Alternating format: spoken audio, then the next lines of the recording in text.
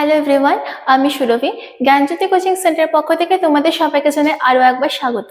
আজকে আমরা আলোচনা করব SKB university 4th semester major paper 4 এর একটি অত্যন্ত গুরুত্বপূর্ণ বিষয় নিয়ে। দেখো বিষয়টি কি আছে, জীবিকা ভিত্তিক কৃষি বা সাবসিস্টেন্স এগ্রিকালচার।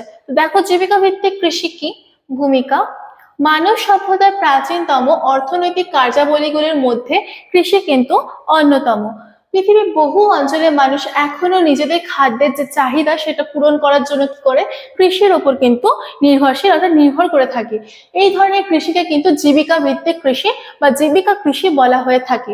বিশেষ করে উন্নয়নশীল দেশগুলো, যেগুলো কিন্তু পুরোপুরি উন্নতও না বা অনুন্নতও না, উন্নয়নের পথে রয়েছে, সেই সমস্ত দেশগুলোতে কিন্তু এই প্রকার জীবিকা ভিত্তিক কৃষি সৃষ্টি হয়ে থাকে।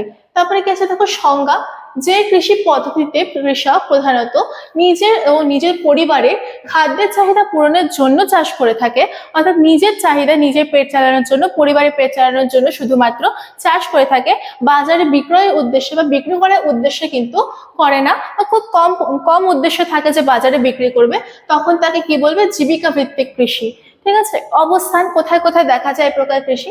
জীবিকা ভিত্তিক কৃষি বা জীবিকা কৃষি সাধারণত জনসংখ্যা যে সমস্ত দেশগুলোতে বেশি জনসংখ্যা বেশি এবং অর্থনৈতিকভাবে অনুন্নত বা উন্নয়নশীল অঞ্চলে কিন্তু দেখা যায়। যেমন কি কি আছে, ভারত বা ইন্ডিয়া, বাংলাদেশ, নেপাল, চায়না, এই সমস্ত দেশগুলোতে কিন্তু, উন্নয়নশীল দেশগুলোতে কিন্তু এই প্রকার যে জীবিকা ভিত্তিক কৃষি রয়েছে এটা দেখা যায়। পদ্ধতি কি রয়েছে, জীবিকা ভিত্তিক কৃষিতে সাধারণত প্রথাগত এবং সহজ পদ্ধতিতে কিন্তু অনুসরণ করে চাষাবাদ করা হয়ে থাকে। কৃষকরা ছোট জমিতে চাষ করে এবং পরিবারের সদস্যরাই শ্রম হিসেবে কাজ করে থাকে। এক্ষেত্রে কি করা হয়, অন্য কোনো মজুর বা কিছু নেওয়া হয় না, পরিবারের সদস্যরাই নিজেদের শ্রম দিয়ে কাজ করে থাকে। আর যেহেতু শুধুমাত্র পরিবারের চাহিদা মেটানোর জন্যই চাষ করা হচ্ছে, সেক্ষেত্রে কি হচ্ছে, কম পরিমাণ জমিতে কিন্তু এই প্রকার চাষাবাদ করা হয়ে থাকে। আধুনিক যন্ত্রপাতি ব্যবহার কিন্তু খুব একটা হয় না, প্রাকৃতিক বৃষ্টির ওপর কিন্তু নির্ভরশীল বেশিরভাগ। এক্ষেত্রে কিন্তু সেচ, রাসায়নিক সার এগুলোর উপর খুব একটা নির্ভর করা হয়ে থাকে না।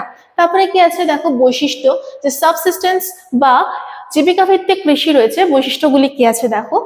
ছোট আকারের জমিতে চাষ করা হয়। এক্ষেত্রে কেন ছোট আকারের জমিতে চাষ করা হচ্ছে, কারণ এটা কিন্তু এই উদ্দেশ্যে চাষ হচ্ছে না যে বাজারজাত করা হবে, শুধুমাত্র নিজেদের পরিবারের চাহিদা মেটানোর জন্যই চাষ করা হচ্ছে, সেই কারণে ছোট আকারের জমিতে কিন্তু চাষ করা হয়ে থাকে। 2 নম্বর বৈশিষ্ট্য কি, উৎপাদন কম এবং নিজের ব্যবহারের জন্যই কিন্তু প্রধানত এই ফসলগুলি চাষাবাদ করা হয়ে থাকে। 3 নম্বর, আধুনিক প্রযুক্তি ব্যবহার কিন্তু এক্ষেত্রে কম হয়ে থাকে। পরিবারের সদস্যরা শ্রম হিসেবে কাজ করে, কোনো এক্সট্রা মজুর নেওয়া কিন্তু এক্ষেত্রে হয় না, পরিবারের যে সদস্যরা তারাই কিন্তু চাষাবাদে হেল্প বা সাহায্য করে থাকে। 5 নম্বর কি আছে, প্রাকৃতিক বৃষ্টির উপর বেশিরভাগ নির্ভর করে থাকে।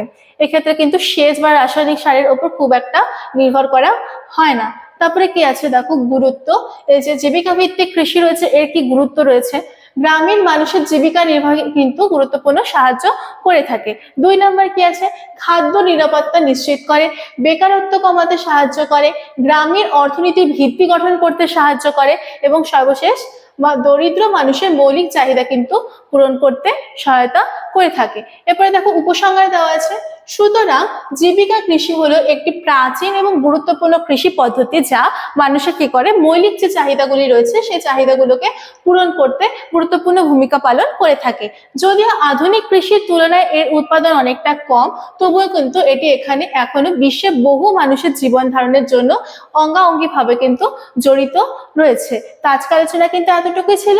তোমাদের একটি সবচেয়ে ছোট্ট ইনফরমেশন আমি দিচ্ছি দেখো, যারা যারা ভাবছো আমাদের সাথে যুক্ত হবে, স্ক্রিনের নিচে 2টো নাম্বার দেওয়া আছে, যে কোনো একটি নাম্বারে কিন্তু তোমরা কল করে আমাদের সাথে যুক্ত হয়ে যেতে পারো। যারা মেজর স্টুডেন্টস রয়েছে তাদের জন্য কোর্স ফি রাখা হয়েছে দেখো মাত্র 1199, এবং যারা মাইনর স্টুডেন্টস রয়েছে তাদের জন্য কোর্স ফি রাখা হচ্ছে মাত্র 699 করে। যে সুযোগগুলি তোমরা পেয়ে যাচ্ছ, live classes, high quality notes, recorded classes, 100% common suggestions কিন্তু তোমরা পেয়ে যাচ্ছ। তো আজকে আলোচনা কিন্তু এতটুকুই ছিল, দেখা হচ্ছে পরের ক্লাসে।